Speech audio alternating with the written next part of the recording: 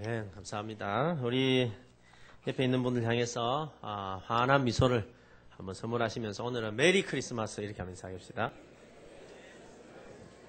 네. 아유, 목사님 아직 성탄절 다 안 됐는데 무슨 메리 크리스마스입니까? 이렇게 생각하실지 모르겠지만 여러분, 메리 크리스마스라는 말은 즐거움으로 기쁨으로 주님을 예배합시다 이런 말이에요. 그래서 사실은 성탄절에만 이렇게 인사하는 것이 아니고 우리가 살아가는 매 순간순간 우리가 드리는 예배가 메리 크리스마스가 되기를 소원합니다. 예, 그렇죠. 그런 의미에서 우리 옆에 있는 반대편의 분에게 한 번 더 합시다. 메리 크리스마스 합니다. 교회 전통에 의하면은 여러분 이제 크리스마스가 되기 전에 약 한 달 전부터 이 성탄절에 관한 설교를 사실 교회 전통에서는 했어요. 그래서 대강절이라 그래가지고 한 달 동안 주님의 초림에 관해서 이 땅에 오심에 관해서 그 의미와 우리에게 주시는 메시지를 듣는 설교를 계속해서 옛날 교회 전통에는 해왔습니다. 근데 최근에는 그렇게 하는 교회가 사실 많이 없죠. 그래서 성탄절만 딱 성탄절의 말씀을 듣는 그런 경우가 참 많습니다.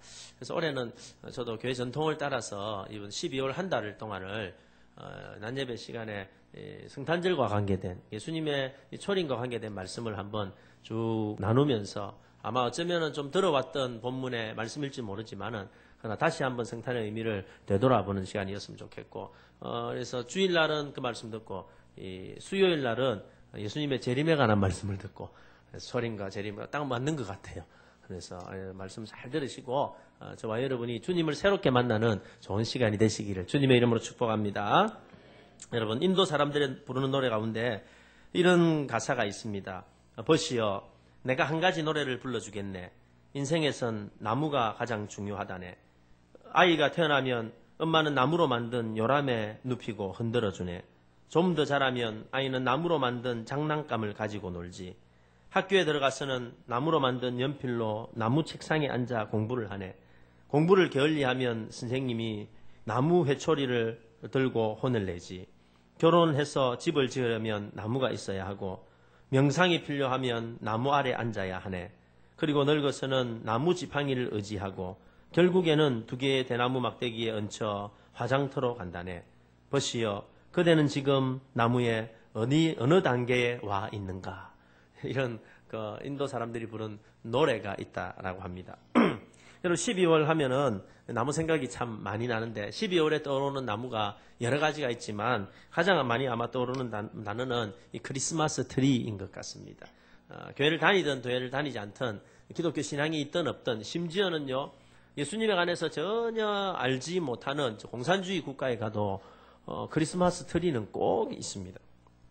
사실 크리스마스 트리라는 것은 예수님의 탄생을 기억하면서 축하하게 하기 위해서 아름답게 꾸며진 이 나무를 말하는 것이죠. 그래서 사람들은 크리스마스 트리를 보면서 야, 드디어 연말이 되었구나, 또 성탄이 되었구나 하고 즐겁고 화려한 시간을 만들기 위해서 노력하는 것입니다. 저희 교회도 이번에 크리스마스 트리를 우리 성도님들이 노력해 주셔가지고 작년하고는 전혀 다른 이 본당을 이렇게 이쁘게 꾸며놨습니다. 저희들이 이제 교육부에서 계획하기로는 이번 주간, 다음 주간에 우리 교육관에 부서 이제 장소를 정해주면 교육부에서 각 부서에서 아름답게 이제 이렇게 트리를 좀 잘 만들어가지고 지역 사람들이 와서 또 사진도 찍고 또 구경도 하고 놀고 가게 하려고 콘테스트를 사실 준비를 했습니다. 아마 기대하셔도 좋을 것 같습니다. 그런데 여러분, 성탄절 하면은 크리스마스 트리가 늘 생각이 나지만 사실 그보다도 훨씬 더 중요하고 의미 있는 나무가 하나가 더 있습니다.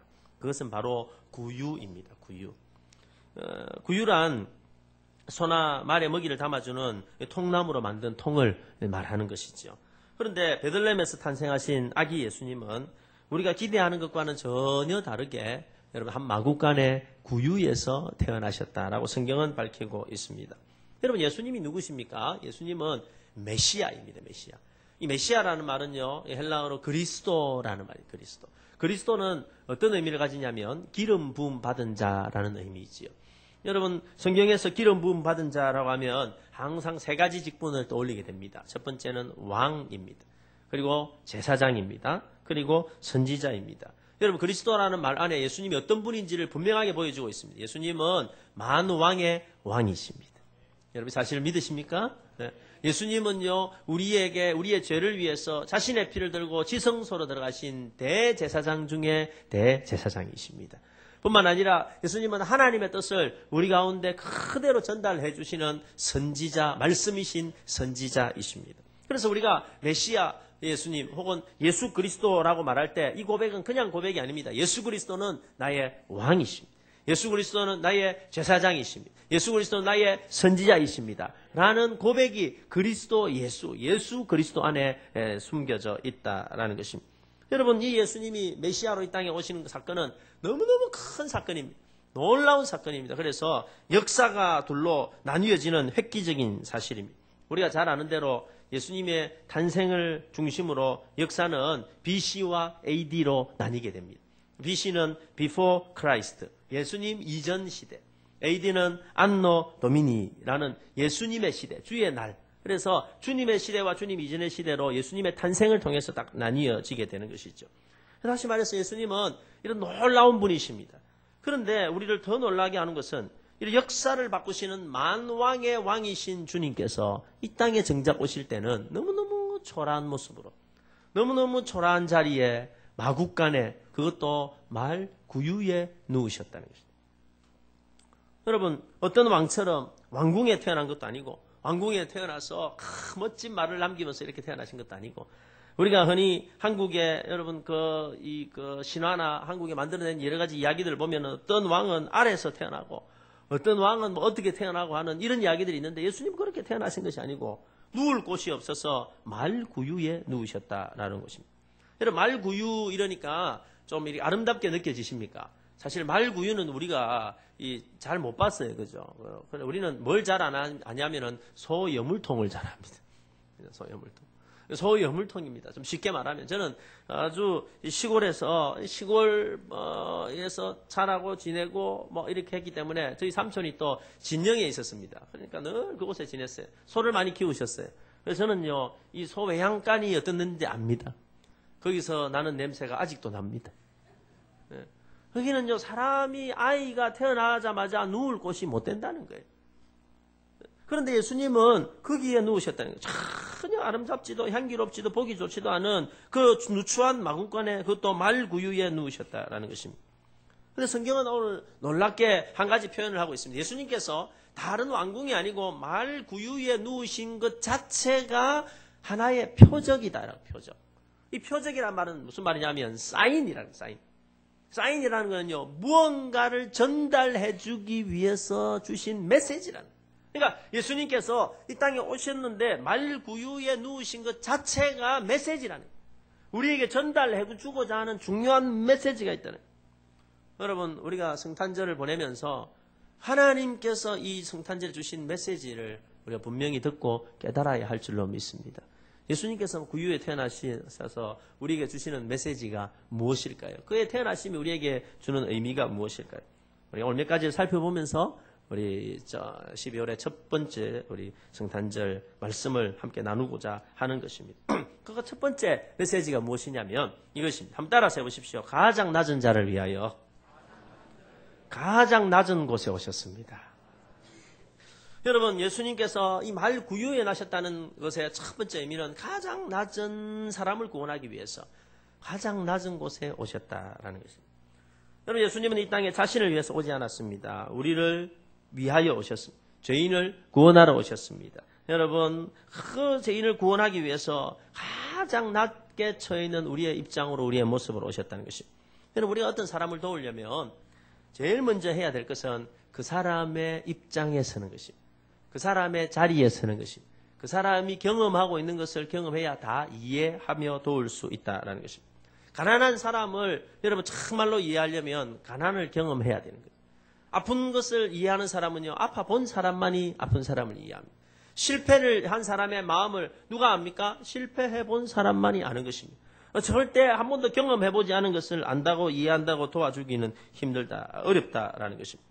그래서 예수님은 우리를 도우시려고 여러분 죄악 가운데, 절망 가운데, 질병 가운데, 고통 가운데, 여러분 낙망에 있고 무너져 있는 우리를 향해서, 낮게 떨어져 있는 우리를 살려내시기 위해서, 도와주시기 위해서 우리 주님은 하늘에서 우리를 도와주신 것이 아니라 이 땅의 가장 천한 마국간의 말구유에 오신 줄로 믿습니다.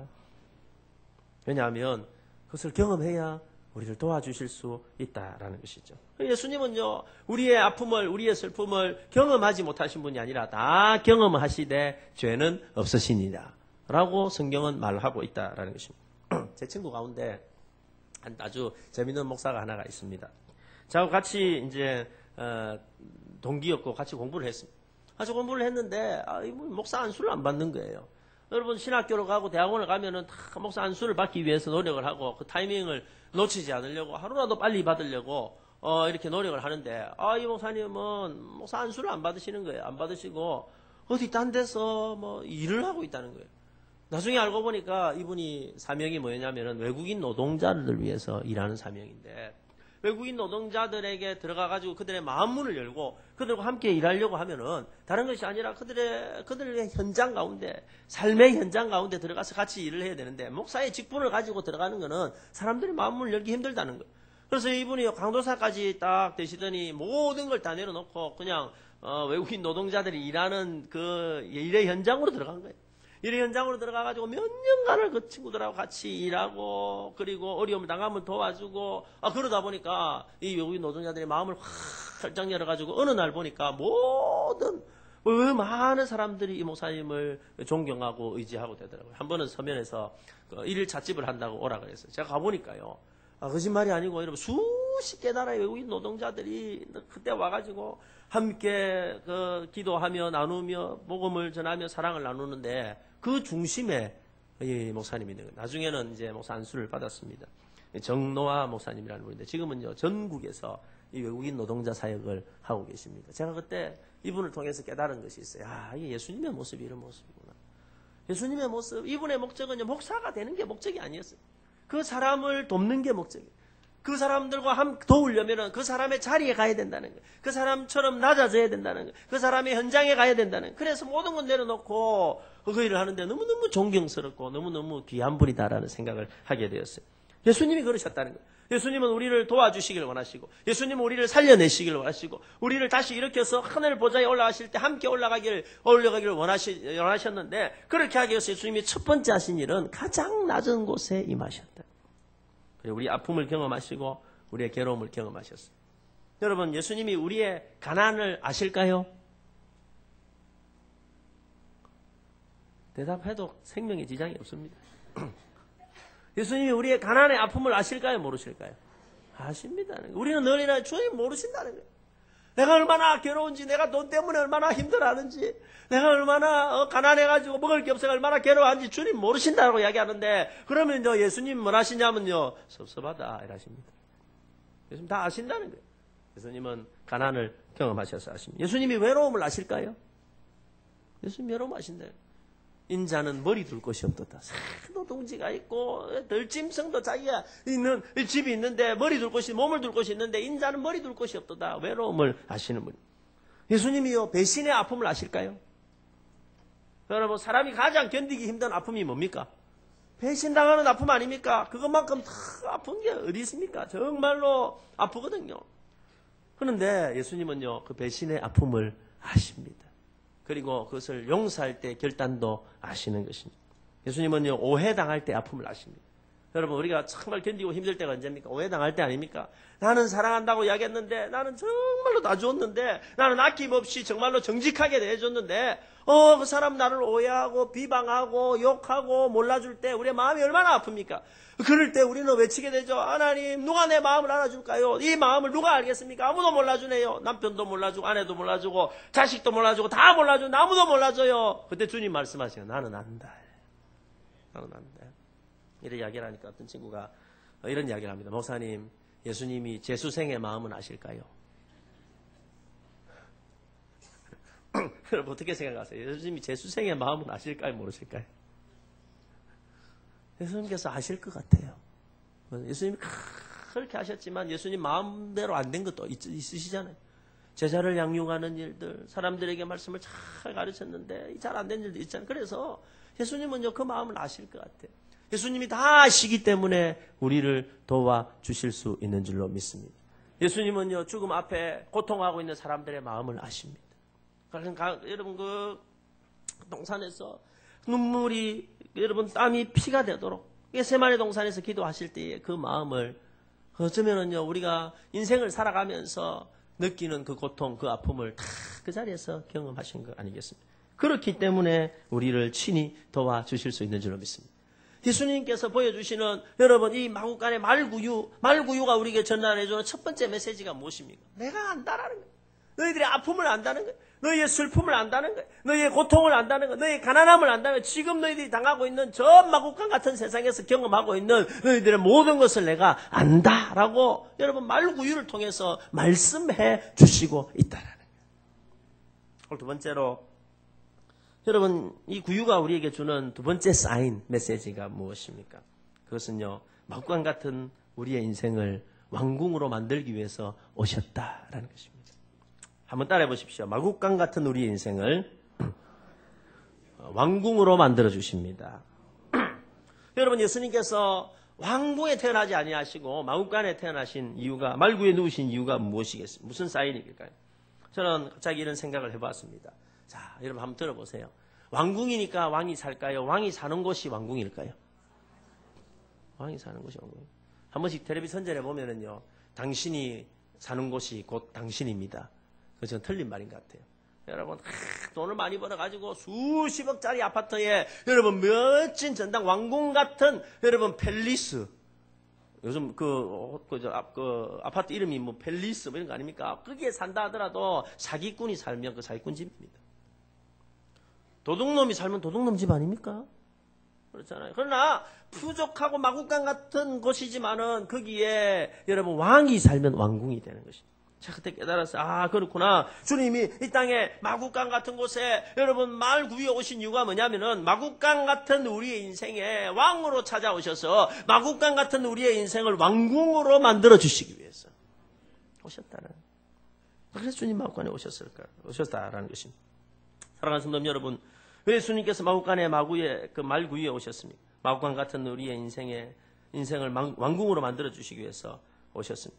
예수님을 내 마음에 모시면 여러분 내 마음이 왕궁이 되고, 예수님을 우리 가정에 모시면 우리 가정이 왕궁이 되고, 예수님께서 우리 교회에 오시면 우리 교회가 왕궁이 되는 줄로 믿습니다. 사람들은요, 그냥 멀리 있는 왕궁을 늘 생각해요. 멀리 있는 천국을 늘 생각합니다. 저는 그거 있다라고 생각합니다. 우리가 언젠가는요, 영원한 천국에 들어가게 될 것이죠. 그러나 그 영원한 천국 이전에 우리가 먼저 경험해야 될 천국이 어딘 줄 아세요? 예수님께서 내 마음의 왕으로 계시고, 예수님께서 우리의 가정의 왕으로 계시고, 예수님께서 우리 교회의 왕으로 계셔서 우리가 살아가는 삶의 현장이 왕궁이 되고, 거기가 천국이 되고, 거기가 하나님의 나라가 되는 걸 경험하기를 더 원하신다는 거예요. 그거 경험하고 나가야 됩니다. 어떤 분이 이런 이야기를 해요. 지옥 같은 세상, 지옥처럼 살아가는 사람은 천국 갈 자격이 없다는 거예요. 지옥 같은 세상이지만 예수님 때문에 천국처럼 살아가는 사람. 사랑하는 성도 여러분, 저는 이 교회가 뭡니까? 교회는요, 천국의 모형입니다. 이 땅에 있는 천국의 모형. 이 안에도 아픈 사람도 있고, 문제가 있는 사람도 있고, 성질이 나쁜 사람도 있고 하지만 우리가 천국을 다 경험할 수는 없지만은, 그러나 여러분, 이 교회에서 우리가 예수님만을 우리의 왕으로 모시고, 이곳에서 천국을 누리며, 회복하며, 경험하며 살아가기를 소원합니다. 여러분의 가정이 그렇게 되기를 소원합니다. 내 안의 심령이 그런 천국의 왕궁이 되기를 소원하는 것입니다. 여러분, 성경을 읽어보면은요, 마국간 같은 인생들이 예수님 만나서 천국처럼 살아가는 사람들이 너무너무 많이 나옵니다. 삭개오가 그랬습니다. 삭개오 아시죠? 그는요, 아픔 때문에, 상처 때문에, 그가 가진 장애 때문에, 사람들로부터 들려오는 이런 비난 때문에 엄청나게 상처받고 자랐습니다. 엄청나게 상처를 받고 자라다 보니까 내가 더 이상 상처받으면 안 된다. 그래서 독을 품고 돈을 벌기 시작했습니다. 그가 선택한 것은요, 나쁜 짓을 선택한 것이에요. 오늘날 우리로 말하면은 매국노와 같은 것이죠. 세리가 된 겁니다. 세리. 그래서 여러분 로마에서 이렇게 세금을 100만 원만 걷어내라 그러면은요, 자기는 100만 원 걷으면서 자기 월급은요 5천만 원을 걷었어요. 그래서 여러분 세리계의 유명한 세리가 됐어요. 우리가 잘 아는 세리들이 많잖아요. 박세리. 그 세리는 아닙니다. 그 세리개 가운데 가장 악랄한 세리가 되었어요. 그래가 돈을 많이 벌었어요. 여러분, 그래서 그 사람이 지나가면요, 사람들이 머리를 안 숙일 수 없고 두려워하지 않는 그 세리개 유명한 세리가 되었어요. 부자가 되었습니다. 그러나그럼에도 불구하고 자신의 마음은 여전히 마구간이었어요. 자신이 살아가는 삶은 여전히 마구간이었어요. 돈이 많아도 마구간이었어요. 여러분, 권력이 있어도 마구간이었어요. 평안함이 없었어요. 기쁨이 없었어요. 인간 취급을 자기도 하지 않았고 자기 주변에 있는 사람도 하지 않는다고 느꼈던 거예요. 외로움이 그 가운데 늘 있었다는 거예요. 그의 인생은 변함이 없었습니다. 그러다가 어느 날 예수님께서 그 마을을 지나간다는 이야기를 들었어요. 근데 그 예수님은 누구든지 사랑해 주신다는 거예요. 누구든지 안아주신다는 거예요. 낮은 곳에 가셔서 병자도 만나주시고 귀신 든 사람도 만나주시고 심지어는 창기들도 만나서 인생을 변화시켜 주신다. 그 예수님이라면 내 인생도 바꿔주실지 몰라 해가지고 달려갔는데 사람들이 너무너무 많은 거예요. 사람들이 너무너무 많았기 때문에 그는 돌아간 것이 아니라 예수님 꼭 봐야겠다 생각해서 그는 나무 위로 올라갑니다. 여러분 생각해 보세요. 그가 나무 위로 올라갈 때 사람들이 얼마나 욕을 했을까요? 야, 잘 봐라. 삭개오가 나무 위로 올라간다. 안 그래도 작은데 오늘 보니 더 작네. 나무 위에 올라가니까 뭐 매미하고 똑같네, 작네. 저 죄인이 왜 저렇게 올라갔을까 했을지 몰라요. 그러나 예수님은 길 가다가 삭개오가 올라간 나무 앞에 떡 서십니다. 그리고 삭개오를 바라보고 한마디 하시는 거예요. 이름을 불러주십니다. 삭개오야, 내려오너라. 오늘 내가 네 집에 가겠다. 그래서 여러분 삭개오 손을 잡고 예수님은 삭개오의 집에 가십니다. 삭개오의 집에 가는 순간 삭개오의 집은 왕궁이 된 것입니다. 그리고 그는 왕궁에 있는 왕 같은 제사장으로 살기로 결심을 하고 예수님의 말씀을 따라 살기로 결심하고 그가 토색한 것은 다 4배로 갚고 그리고 그의 재물을 팔아서 이웃을 위해서 나누어주고 정말로 왕궁 같은 인생을 살기 시작했다. 예수님의 제자들이 그랬습니다. 막달라 마리아가 그랬습니다. 수많은 창기와 죄인들이 그랬습니다. 사도 바울이 그랬습니다. 아니 어쩌면 오늘 이 자리에 앉아있는 저와 여러분의 과거의 삶이 마구간 같은 인생 아니었습니까? 세상의 죄악으로 욕망으로 욕심으로 온갖 세상 것으로 어느 날 우리의 마음을 보면은요 하나님이 계시기보다는 세상 것으로 가득 차서 마구간 같이 더러운 인생이었는데 어느 날 우리의 인생에 주님이 찾아오셔서 우리의 삶을 변화시켜 주시고 하나님의 자녀로 만들어 주시고 왕 같은 제사장으로 만들어 주신 줄로 믿습니다. 베드로전서 2장 9절입니다.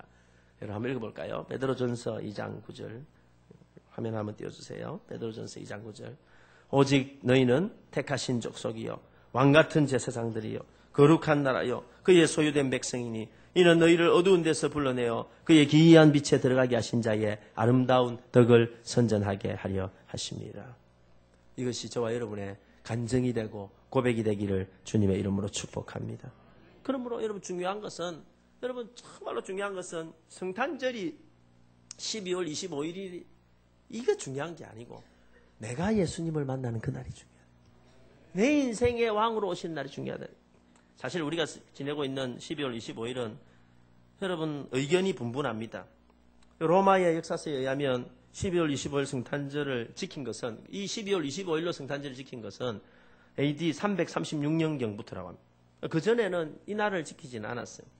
그리고 그 당시만 하더라도 12월 25일이 아니고 1월 6일로 지켰던 곳이 상당히 많았습니다.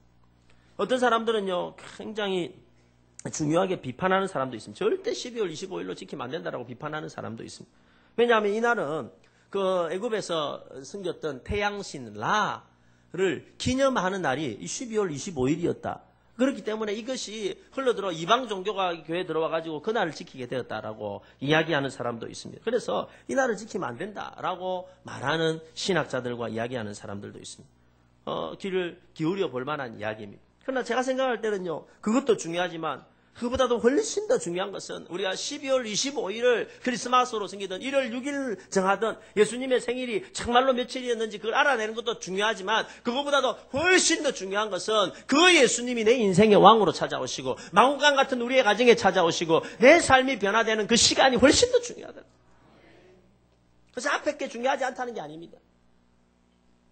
그럼 예를 들어 이런 겁니다. 여러분 우리 교회는요 매년 7월 1일 7월 첫 주를 우리 교회 설립 기념일로 합니다. 그건 너무너무 중요한 거 아닙니까? 54주년 이제 계속해서 이어져 갈 것입니다.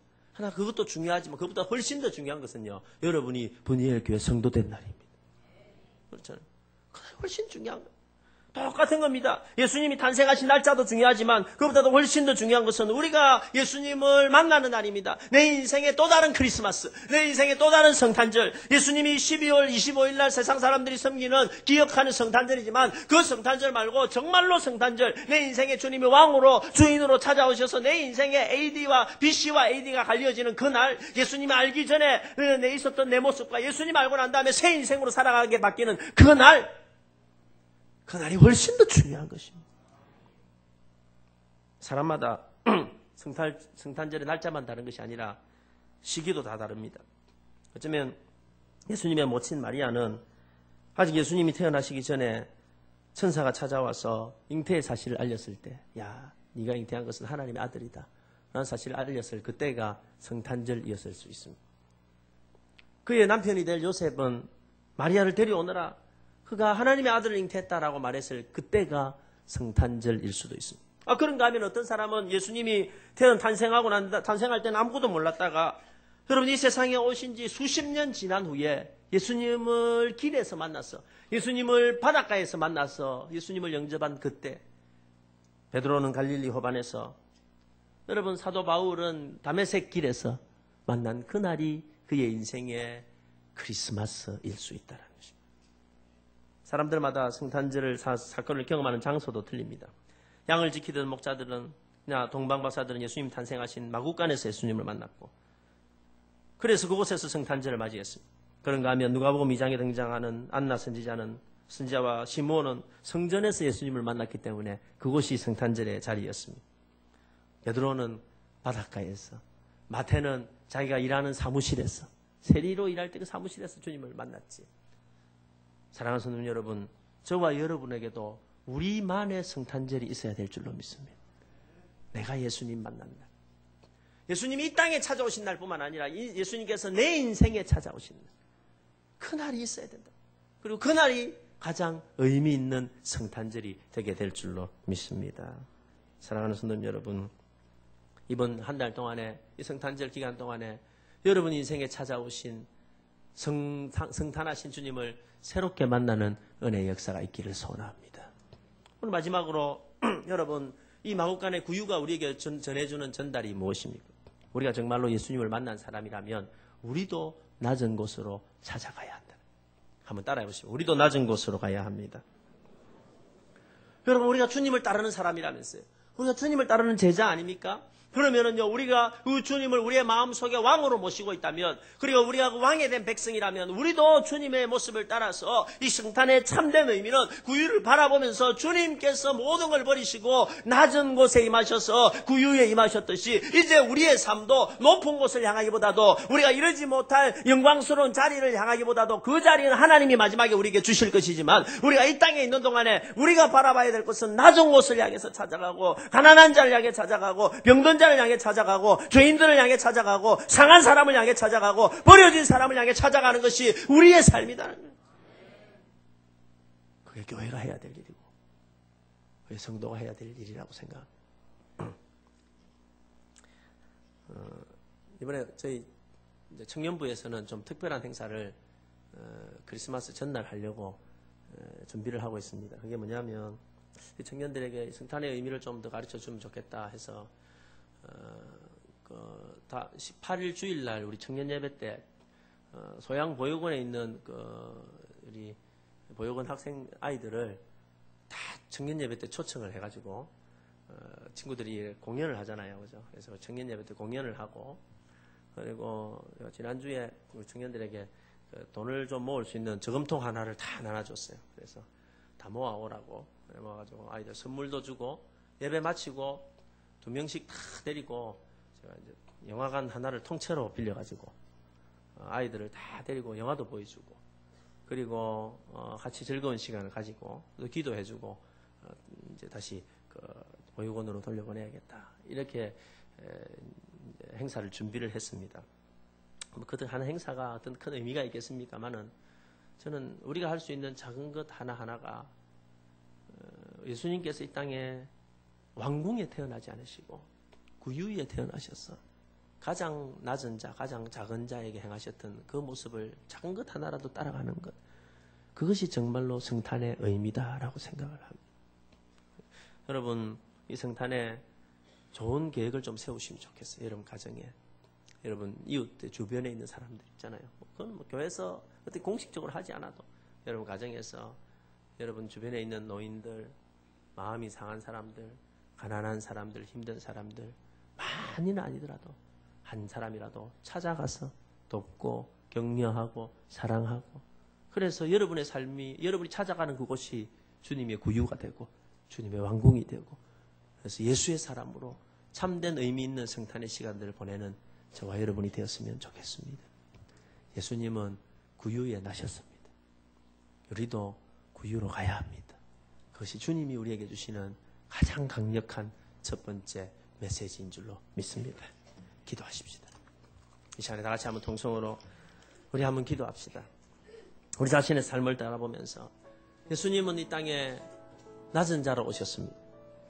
그러나 우리는 늘 높아지려고만 하고 높은 곳만 바라보려고 하고 높은 곳에 우리의 마음을 뺏겨서 우리 주님이 정말로 보여주신 메시지 음성에는 관심 없이 살아왔던 우리의 모습은 아닌지 다시 한번 깊이 생각해 봐야 되겠습니다. 우리는 늘 고상한 이야기 하기를 좋아하고 우리는 늘 멋진 이야기를 하기를 좋아하고 우리는 괜찮은 삶을 살기를 원하지만 정말로 주님이 우리에게 보여주신 삶을 모습을 그대로 닮아가려고 애쓰고 있는지, 나는 정말 예수 믿는 사람인지, 아니 그래서 나는 정말로 성탄을 경험한 사람인지, 내 인생에 성탄절이 있는지 다시 한번 되돌아보면서 이번 12월 한 달이 내 인생의 성탄을 확인하고 축하하며 나도 예수님처럼 살겠습니다. 낮은 곳으로 가는 인생 살겠습니다. 고백하는 한 달 되게 해주시고 우리 가정이 되게 하시고 우리 교회가 되어서 내 마음이 왕궁이 되고 우리의 가정이 왕궁이 되고 우리 교회가 왕궁이 되는 놀라운 은혜의 역사가 있게 도와주시옵소서. 이 시간에 우리 다 같이 주여 은혜를 주옵소서. 세 번의 주어 통성으로 기도합니다. 주여 은혜를 주옵소서. 주여 은혜를 주옵소서. 주여 은혜를 주옵소서. 하나님 아버지 은혜를 감사합니다. 부족하고 약한 저희들이 주님 앞에 나왔습니다. 오 주님, 말 구유에 오신 주님, 구유에 오신 주님의 은혜를 바라보면서 하나님 우리의 삶의 모습을 비춰봅니다. 내 인생에도 찾아와 주옵소서. 마구간 같은 우리의 인생에 주님 다시 찾아와 주시옵소서. 그래서 왕같이 임하여 주옵소서. 왕궁으로 변화시켜 주옵소서. 우리의 가정에 찾아와 주시옵소서. 우리 교회에 찾아와 주옵소서. 이 나라에 찾아와 주시옵소서. 그래서 하나님 다시 왕궁 같은 인생, 왕같은 제사장으로 살아드릴 수 있게 도와주시고 우리도 주님 가신 그 길대로 이 길을 믿음의 길을 가게 도와주시옵소서. 살아계신 하나님 아버지, 막권 같은 우리 인생에 주님 초청합니다. 우리의 마음에 다시 찾아와 주시옵소서. 우리 가정에 찾아와 주셔서 우리 교회 찾아와 주셔서 이곳이 주님 계시는 왕궁 되게 도와주시옵소서. 하나님 내 인생의 성탄절이 회복이 되게 도와주시고 성탄의 감격이 회복이 되게 도와주시옵소서. 이전에 주님 내 인생에 처음 찾아오셨을 때 그 감격, 그 기쁨, 그 감사, 그 놀라운 은혜를 회복하게 도와주셔서 그 은혜를 찬송하며 그 은혜를 기억하며 그 은혜를 나누는 성탄절이 되게 도와주시옵소서. 주님 우리를 향해 낮아지셨는데 우리는 늘 높은 곳만 바라보고 우리는 늘 성공만 바라보며 우리는 늘 높은 자리를 바라보고 욕망에 휩쓸려 살아가는 저희들을 용서하시고 주님 구유에 나신 주님 바라보면서 낮은 곳을 향해 찾아가는 참된 성도들, 주님 모습 닮은 성도들 저희들 되게 도와주시옵소서. 그래서 2011년 12월 한 달은 주님 모습 닮아가 주님처럼 말과 혀로만 사랑하는 것이 아니라 행함과 진실함으로 사랑하고 섬김으로 예수의 제자로 살아가는 우리가 되게 도와주시옵소서. 헌금위원들 그 자리에 서시고요. 하나님 아버지 감사합니다.